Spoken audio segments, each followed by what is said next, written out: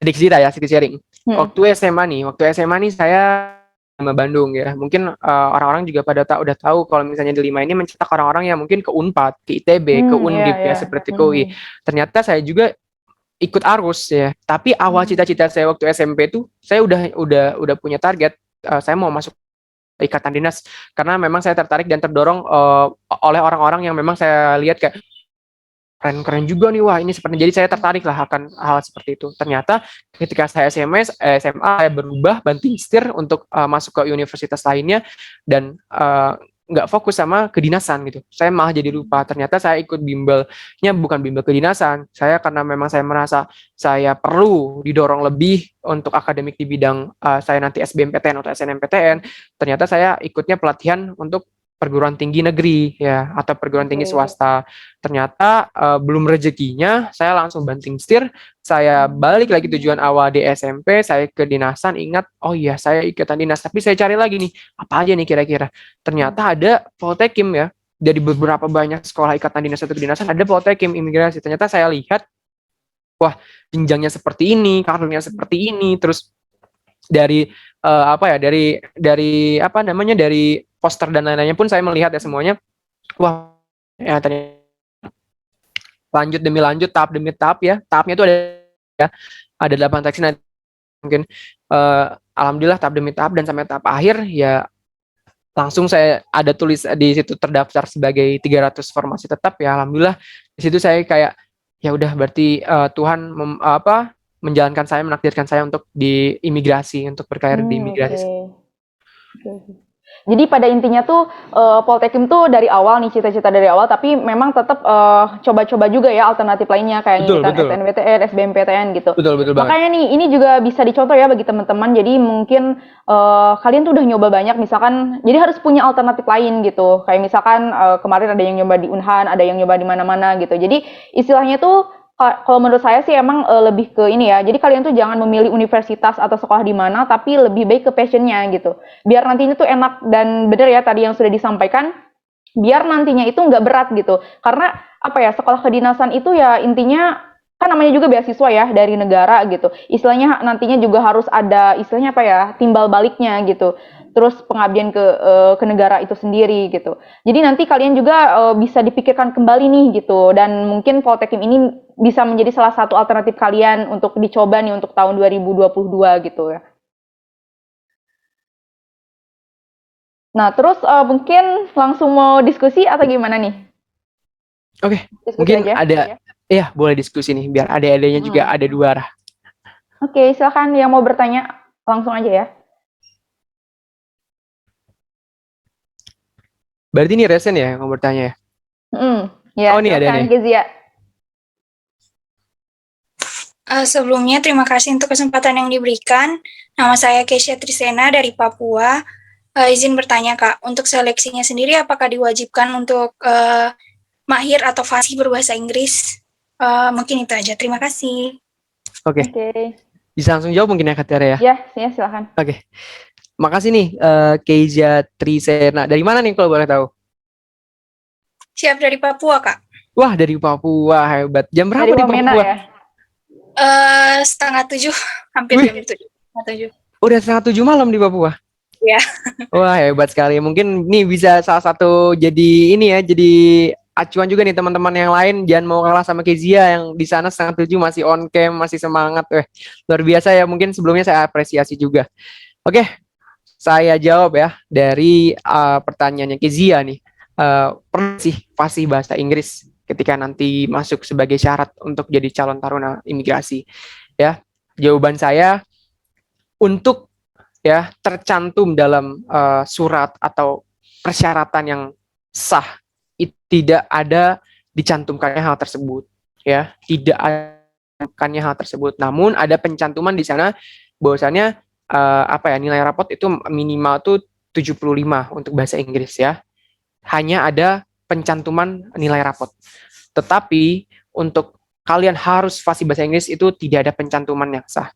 Tetapi menurut pandangan saya pribadi ya, ini anggapan saya pribadi, analis saya pribadi, karena saya udah merasakan 3 tahun pendidikan, udah merasakan juga praktek lapangan seperti apa imigrasi itu, seperti apa, itu menurut saya wajib untuk kalian bisa ya, wajib untuk kalian bisa. Belum, dalam artian bukan harus fasih, karena hakikat pendidikan sendiri adalah kemampuan untuk mendidik diri sendiri. Dalam artian kalian nih masuk ke suatu akademi entah dimanapun ya, entah perguruan tinggi dimanapun, itu bukan masalah kalian udah mahir atau ketika kalian di dalam pendidikan pun kalian tuh dididik gitu, dalam artian dibina saya, dilatih dan juga ini. Jadi jangan takut lah kalian tidak kurang fasih atau misalnya kurang fasih dalam bahasa Inggris, jangan takut ya. Jangan jadikan itu sebuah batu loncatan kalian untuk tidak mencoba kesempatan ya.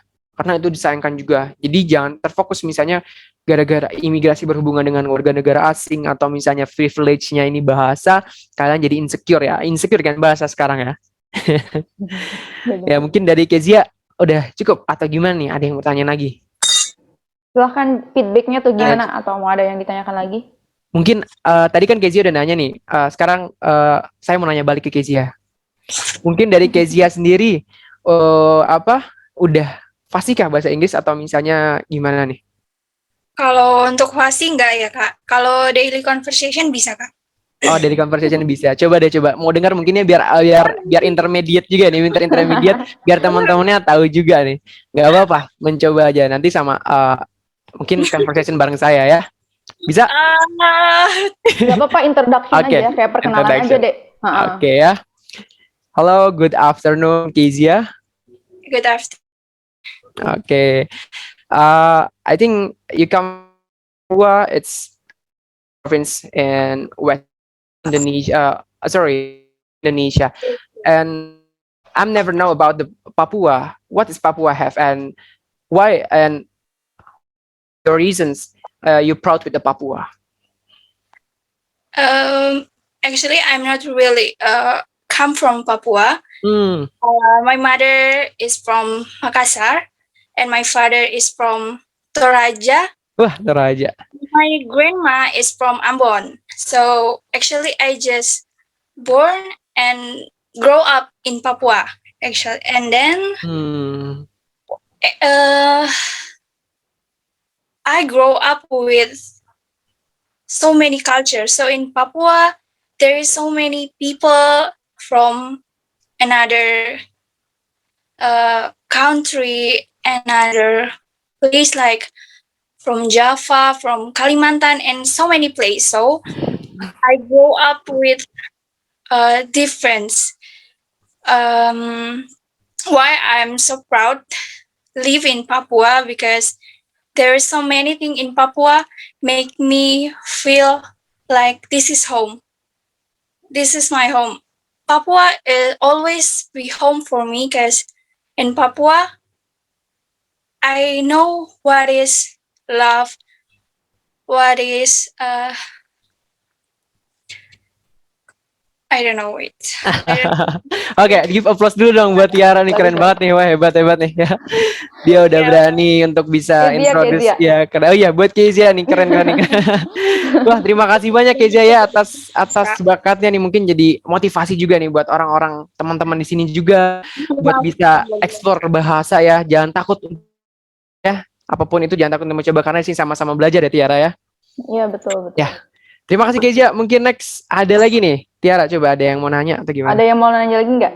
Jadi ini ya, sebelum mungkin dilanjut, jadi Kezia itu emang dari dulu ikutan di Member Series 2, terus dia tuh mempunyai semangat yang bagus pokoknya, kayak motivasi dan mindsetnya tuh. Tapi mungkin Kezia, mungkin dari sekarang tuh kamu harus mempersiapkan alternatif lainnya gitu ya. Jadi harus tetap mencoba-coba universitas atau mungkin istilahnya akademi lain gitu untuk bisa kuliah di tahun ini gitu ya. Kezia ya, semangat ya, tetap semangat.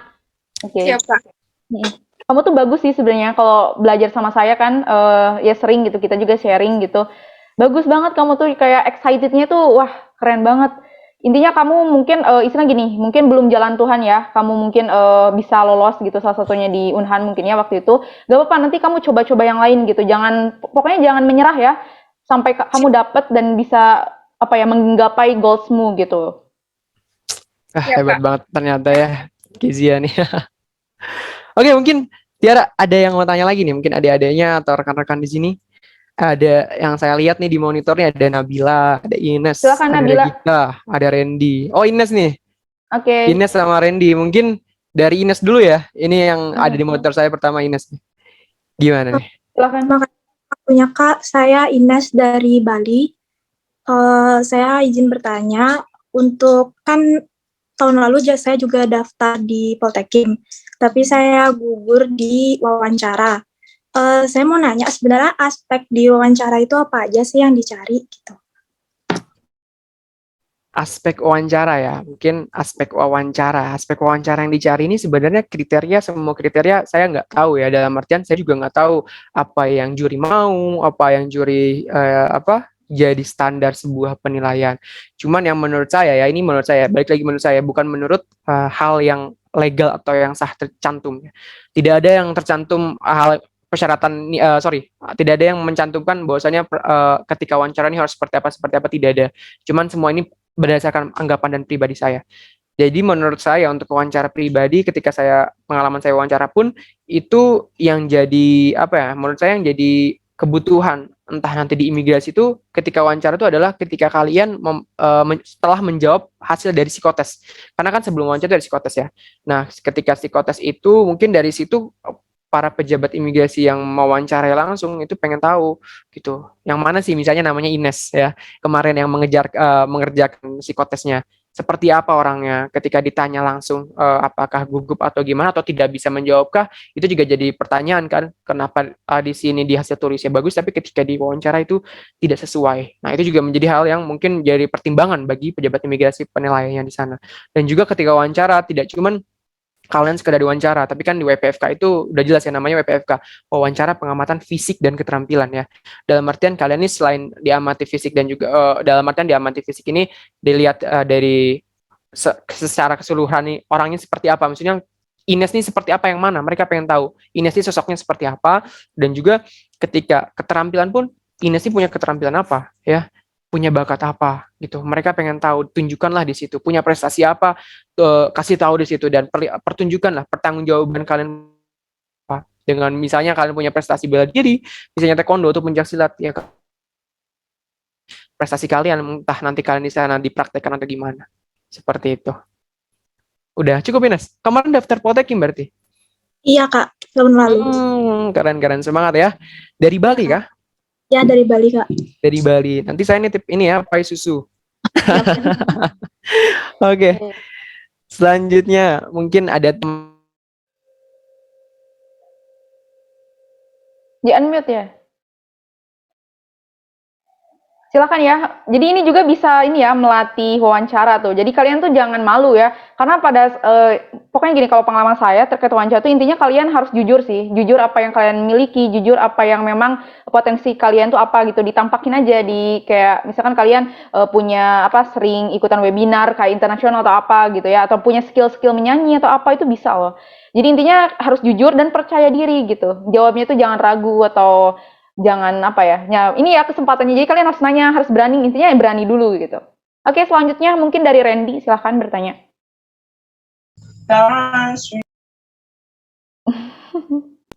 Oke. Assalamualaikum warahmatullahi wabarakatuh. Izin memperkenalkan diri, nama Randy Akbar Kurniawan, asal dari Lampung. Nah, izin bertanya, Bang. Untuk pertanyaannya, kan kalau di Poltekim itu maupun Poltekip, dia penerimaan 300 ya kan Kak. Nah, selanjutnya Poltekimnya itu kan per masing-masing prodi itu, apakah nanti misalkan prodi A itu lebih banyak penerimaannya dibanding prodi B gitu, untuk pertimbangan masalah prodi untuk terkait seberapa besar peluang masuk atau lolos, seperti kayak contohnya di STMKG. Nah, kalau di STMKG kemarin itu kan dia tetap penerimaan 265 kalau tidak salah. Nah, itu kan dia per prodinya, per masing-masing prodi kan beda-beda, dan juga saingannya kan beda-beda untuk apply jurusannya masing-masing gitu kan. Biasanya kemarin itu banyak di meteorologi gitu kan, sedangkan di instrumentasinya sedikit gitu. Nah, kalau untuk di imigrasi ini kira-kira apakah sistemnya sama seperti itu, atau nanti sistemnya sama seperti Unhan, bisa diubah, di change untuk jurusan, atau seperti apa gitu Kak? Terima kasih. Oke. Randy ini dari mana, Lampung ya tadi ya? Dari Lampung Kak. Oke. Jadi saya jawab ya untuk pertanyaannya. Jadi untuk di Poltekim ini terkait penerimaan itu bukan berdasarkan dari prodi tekanan atau faktor pull dari prodinya, Tetapi ketika kalian masuk ini yang dinilai ini berdasarkan dari awal kalian. Jadi jangan sampai punya persepsi ketika nanti udah sampai di tahap akhir ya, di tahap WPFK ini gara-gara WPFK kalian bisa jadi dinyatakan 300 lolos. Tetapi dari awal kalian seleksi administrasi, samapta, seleksi dan lain-lain itu diakumulasikan. Baru nanti di ranking ya, mana yang berhak masuk 1 sampai 300 dan juga mana yang nanti terselisih dari 301 sampai sekian seperti itu. Jadi untuk prodi sendiri, untuk di kami ya di Poltekkip Hindu, prodi ini akan dibahas atau menjadi hal yang krusial ketika kalian sudah dinyatakan menjadi 300 tetap taruna dan taruni ya. Jadi ketika kalian udah dinyatakan 300 tetap, baru nanti kalian habis masa basis kalian akan ikut tes lagi, tes untuk pemilihan prodi ya. Nanti kalian tes psikologi. Jadi psikologi kalian ini cocok sama prodi apa? Hukum kah? Condong ke administrasi, ke imigrasian kah? Atau ke manajemen teknologi seperti itu. Dan untuk kemarin sendiri, pengalaman sendiri ketika mengisi ya itu seputar tentang psikologi kita ya. Psikologi kita ini cocoknya kemana gitu. Jadi pertanyaan-pertanyaan seputar dengan memang minat kita nih pada bidang-bidang apa. Jadi untuk sekali lagi untuk prodi ini tidak ada penentuan di awal, tapi yang menjadi menentukan kalian masuk lolos ke 300 jumlah itu tuh berdasarkan dari awal kalian tes sampai akhir ya. Jadi jangan sampai kalian beranggapan kalian ini lolos sebagai 300 taruna gara-gara tes akhir, bukan. Tapi dari semua rangkaian tes yang diakumulasikan dan juga dilihat dari tingkat-tingkat dan juga urutannya seperti itu. Misalnya ada yang bertanya lagi nih Randy nih. Oke, di feedback silakan. Iya, boleh. Silakan. Ya. Oke, jadi di Poltekkip itu nggak boleh ada mata minus atau ada kayak maksimal gitu. Oke, kalau untuk terkait tes kesehatan ya, untuk mata minus nih memang dalam artian di kami udah jelas ya, ada tertulis itu. Nah itu tidak boleh minus ya. Di kami tidak boleh ada yang minus ya, dalam artian udah jelas dinyatakan tidak boleh ada yang minus ya, berarti kita harus memenuhi kriteria itu, menjadi salah satu memang kriteria mutlak adanya gitu terkait mata minus. Jadi untuk menurut saya ketika kamu punya mata minus ya, ketika kamu punya mata minus itu jauh-jauh hari lah atau jauh-jauh waktu untuk bisa memperbaiki. Kan di sini juga ada teknologi ini ya, kalau nggak salah teknologi laser ya, ada. laser atau misalnya memperbaiki minus. Nah itu mungkin jangan mendadak tapi jauh-jauh hari mempersiapkannya itu. Mungkin jawabannya seperti itu. Emang Randy minus berapa Randy? Minusnya lumayan Kak. Oh iya. Coba kalau minus lumayan, saya juga mau balik tanya nih ya. Coba ya. Randy bisa lihat ini nggak? Ini yang ada Raisa nih, ada Claudia. Randy bisa ngelihat Claudia? Coba, di HP. Oh beda ya? Oh berarti emang.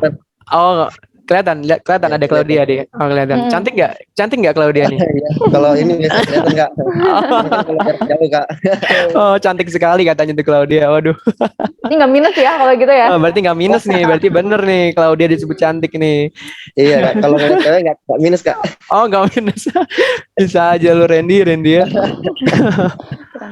Terus untuk boleh ini nggak Kak? Kalau di Poltekkip kan, kalau di STTD itu kan ada namanya pola pembibitan provinsi kan. Biasanya kalau nggak dari pihak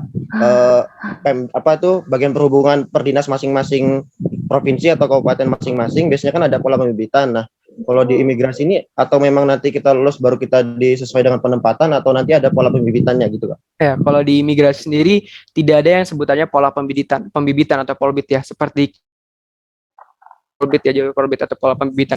Jadi di kami ini semua dari SMA, SMK, madrasah dan lain-lain itu bisa punya hak untuk bisa jadi calon taruna imigrasi, dan ketika nanti lulusnya pun tidak ada yang namanya harus dibibit di pola pembibitan dan lain-lain, tidak ada. Jadi semuanya 300 itu ketika nanti lulus dan memenuhi kriteria ya sampai 4 tahun pendidikan itu langsung dilantik sebagai PNS golongan 3A. Jadi tidak ada lagi pola-pola pembibitan misalnya atau gimana nggak ada. Jadi semua sama rata, semua lulus dari akademi berstatus sarjana terapan imigrasi, dapat gelar STRIM dan juga pangkat golongan 3A. PNS golongan 3A seperti itu. Jadi untuk pola pembibitan tidak ada. Itu ya. Oke Kak, terima kasih Kak.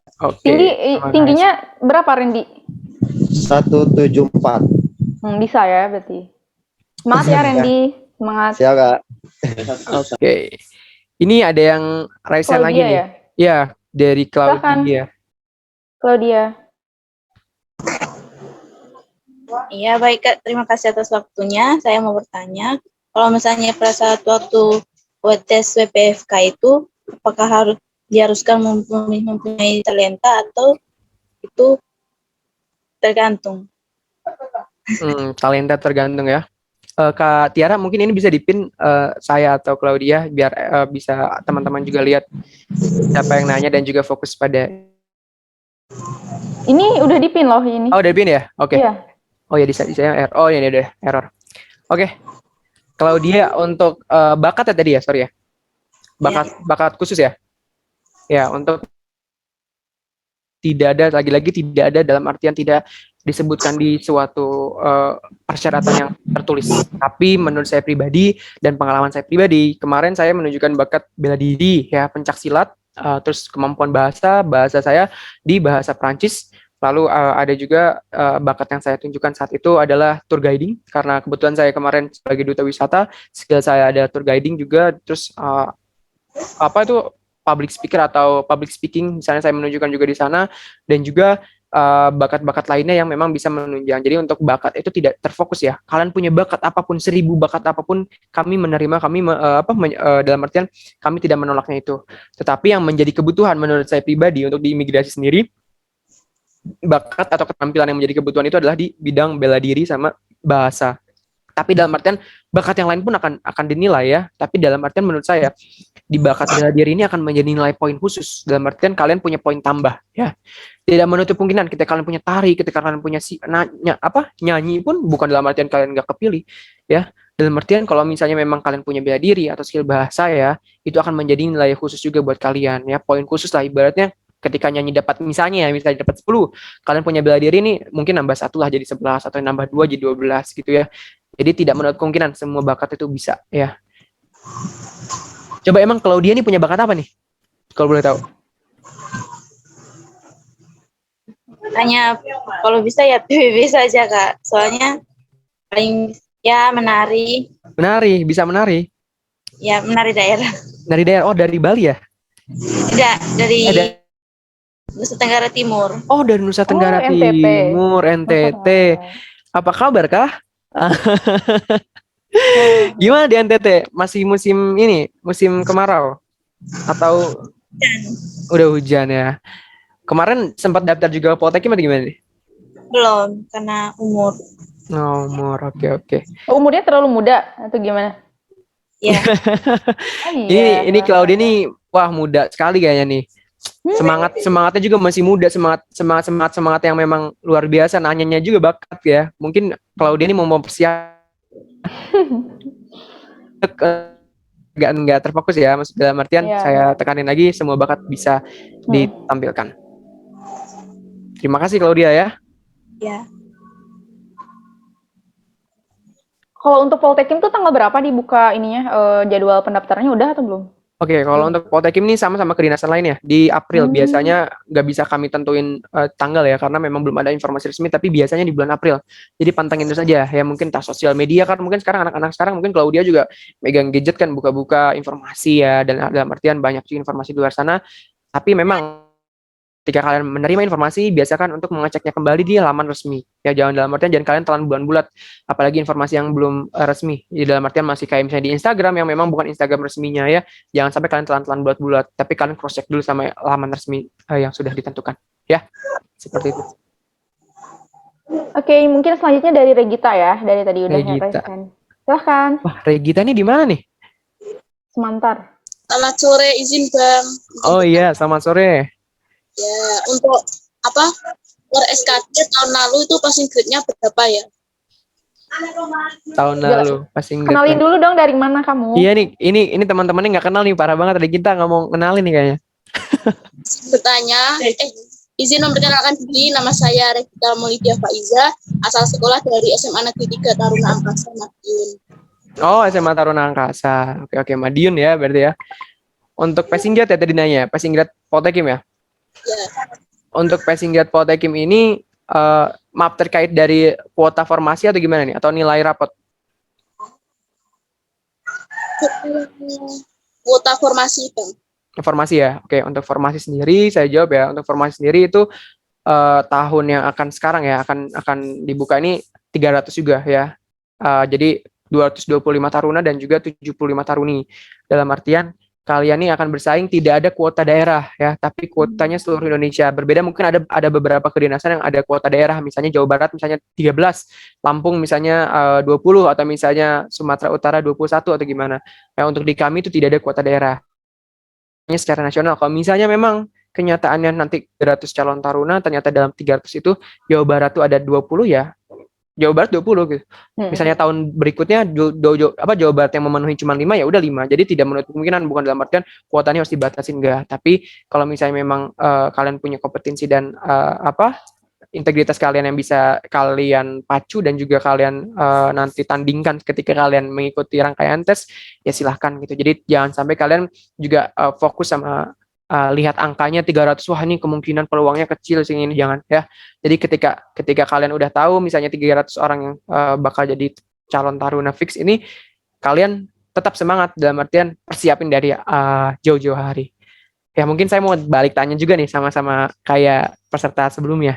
Gita ini memang udah mempersiapkan sejauh mana nih untuk sekolah kedinasan dan memang minatnya ke Poltek?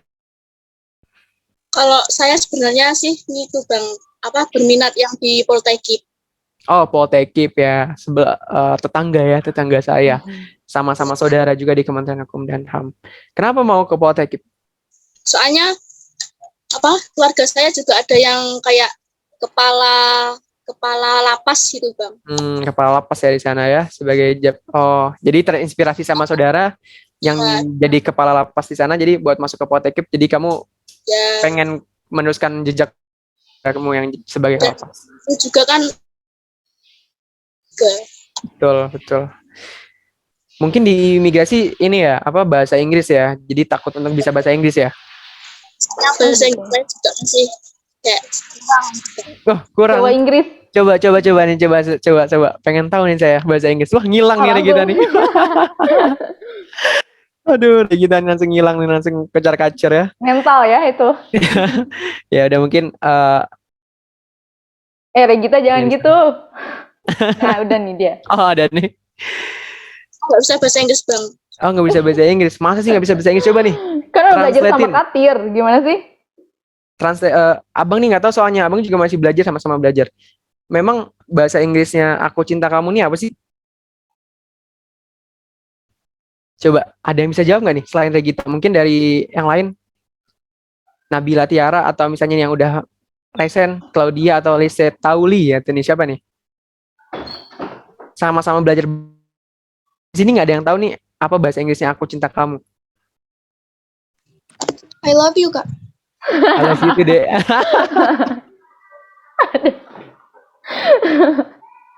Wow, itu bisa ya bahasa Inggris loh.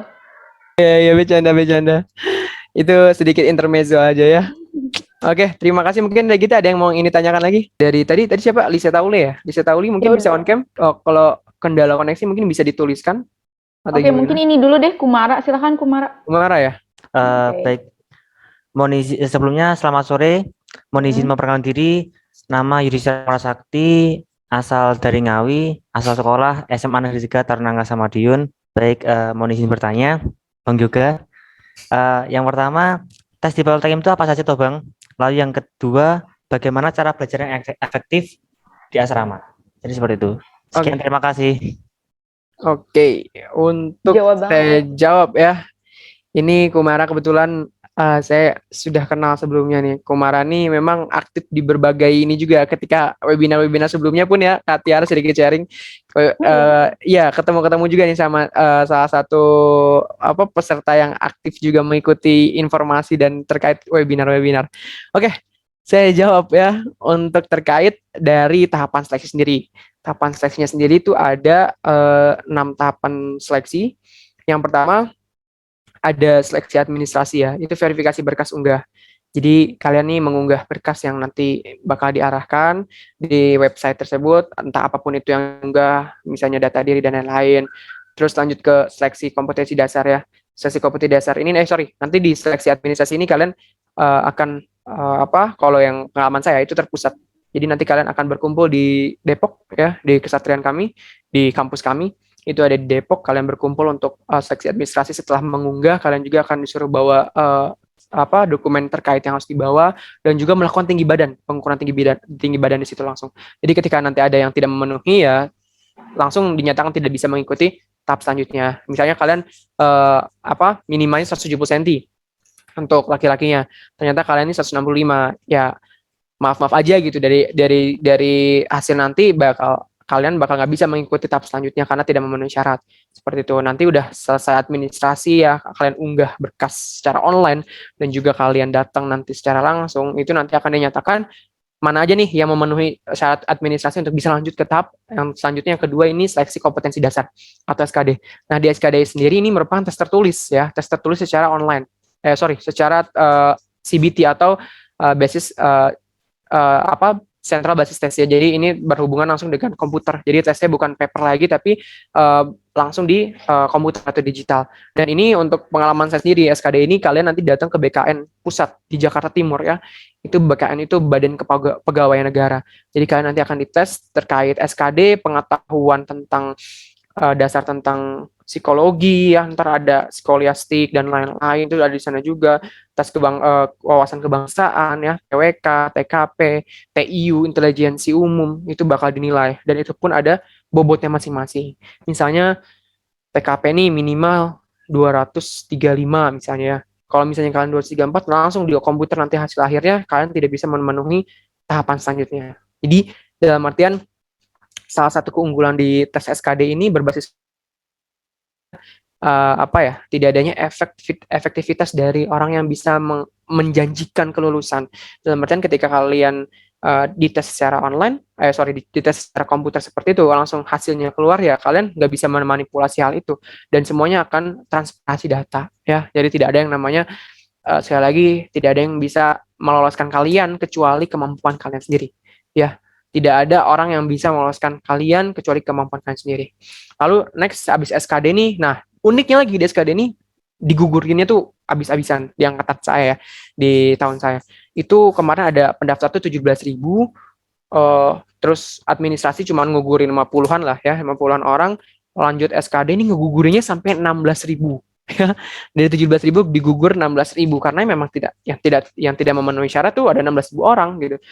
Jadi ya sempat juga di sana saya tuh lihat kayak, wah ini orang nih di sana pas tes nih badannya tinggi-tinggi, wah badannya kayak udah di kalian, tapi kalian yakin lah, kan juga yakin harus punya, yakin juga harus diiringi dengan usaha gitu ya, usaha sama doa. Tapi kalau misalnya kalian cuma yakin doang, kalian juga salah tuh. Nah setelah SKD lanjut ke tes kesehatan, ya. Tes kesehatan ini dites oleh Polri.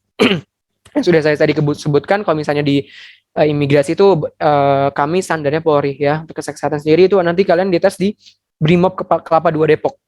Kalian nanti dites kesehatan dalam, kesehatan luar, segala macam kesehatan semuanya, karena kan dites kesehatan dari ujung rambut sampai ujung kaki itu. Terus nanti lanjut ketika tes kesehatan langsung ke tes kesamaptaan, ya. Tes kesamaptaan ini ada samapta A dan B, ya. Samapta itu lari 12 menit, B itu ada push up, sit up, chinning buat taruni, pull up buat taruna, terus lari sprint 8 angka 8. Terus lanjut ke tes psikotes dan wawancara psikotes. Jadi psikotes itu nggak cuma tes tulis doang, ya, tapi ada wawancara psikotesnya. Jadi kalian seputar psikotes lah. Apa aja sih seputar psikotes? Ya ada skolastik, terus verbal dan lain-lain, seperti seputar dunia psikotes. Setelah kalian lulus dinyatakan tes psikotes dan wawancara psikotes, lalu tes terakhir di WPFK. Kalian akan diamati fisik dan keterampilan kalian. Jadi itu adalah 6 rangkaian yang akan kalian jalani. Kalian akan tempur di sana habis-habisan. Kalian sejauh mana udah mempersiapkan ke belakang hari untuk bisa memaksimalkan tahapan ke-6 tes tersebut. Gitu, ya. Gimana? Cukup? Oh, satu lagi ya, kehidupan keasramaan, ya. Siapa? Oke. Menurut saya pribadi, ya, kehidupan ketarunaan itu kalian jalani dalam artian kalau misalnya ada aturan, kalian jalani. Ya, apa yang jadi kewajiban kalian untuk tidak melanggar, untuk menaati kewajiban, ya, itu semuanya jalani. Jadi kalian bisa bedakan mana kewajiban kalian, mana yang harus bisa kalian jauhi, atau misalnya kalian hindarkan, karena itu juga akan berujung pada penilaian kalian selama pendidikan, ya. Entah dari sikap kalian, entah dari kalian bisa memanage hidup ketarunan kalian nanti di sananya. Sama yang terpenting kalian harus bisa, ya. Lagi-lagi, ya, namanya diklat, ya saya nggak akan bosan-bosan lagi-lagi untuk mengingatkan namanya diklat atau pendidikan itu adalah hakikatnya kemampuan untuk mendidik diri sendiri. Ya, kemampuan untuk bisa mendidik diri sendiri. Dalam artian apa? Berarti, Bang, izin Bang, berarti di pendidikan nggak ada yang ngajarin dong kalau misalnya kita ngedidik diri sendiri. Bukan gitu. Di sana ada semua pembina, pelatih, dosen, pejabat yang mengampu dan lain-lain. Semua juga akan melatih kalian, membina kalian. Tapi dalam artian apa di sini? Mendidik diri kalian. Ketika kalian bermalas-malasan, ketika kalian udah mulai capek, ketika kalian udah mulai lelah, ingat ya, yang bisa mendorong itu semua kembali itu kalian sendiri, mindset kalian sendiri. Yang bisa bikin kalian bangkit itu kalian sendiri. Jadi gimana sih cara upaya kalian tuh ngedidik diri kalian sendiri, membentuk karakter kalian seperti apa, arahnya kalian mau seperti apa. Misalnya kalian udah dikasih platform nih, waktu jangka, misalnya 1 hari ya, nggak ada pembelajaran, kalian ada olahraga dan lain-lain. Isilah waktu itu dengan cara kalian mendidik diri kalian, entah mendidiknya dengan pecutan evaluasi untuk bisa berprestasi, ya, mengisi keterampilan kalian, mengasah bakat kalian, seperti itu. Jadi gimana sih cara mendidik diri kalian ketika kalian sudah diberi platform untuk masuk pendidikan, gitu, ya? Cukup? Wah, komplit banget ya. Gimana Kumara? Cukup sekali. Terima kasih banyak, Bang. Oke, terima kasih banyak ya Adik Umara. Lanjut mungkin Kak Tiara ini, ada yang masih bertanya? Ya, mungkin ini ada beberapa nih yang dari Instagram katanya gini, kan itu tesnya online ya, psikotesnya. Nah, itu berarti nggak ada kayak tes koran gitu kan? Tes koran atau Maaf. Gimana? Jadi untuk tes yang pengalaman saya tahun saya itu masih tertulis, tapi kemarin tuh udah sempat jadi base digital atau komputer ya, berbasis komputer. Nah, itu dalam artian untuk tes korannya sendiri itu kemarin saya belum sempat nanya ya, dalam artian belum sempat nanya ke adik saya apakah ada tes koran atau tidaknya, cuman yang pengalaman saya pribadi itu tetap masih ada tes koran. Ya, tetapi kalau misalnya memang seandainya nanti tidak ada, ya apa susahnya sih atau apa salahnya sih untuk mempersiapkan tes koran, karena kan itu juga menyangkut sama intelijensia kalian ya, maksudnya dalam artian ketajaman kalian untuk berhitung di psikotes, meskipun itu juga jatuhnya komputer ya. Oke. Itu. Terus ini juga ada yang nanya mungkin ya, nggak apa-apa. Kalau politik itu harus bisa bahasa asing ya,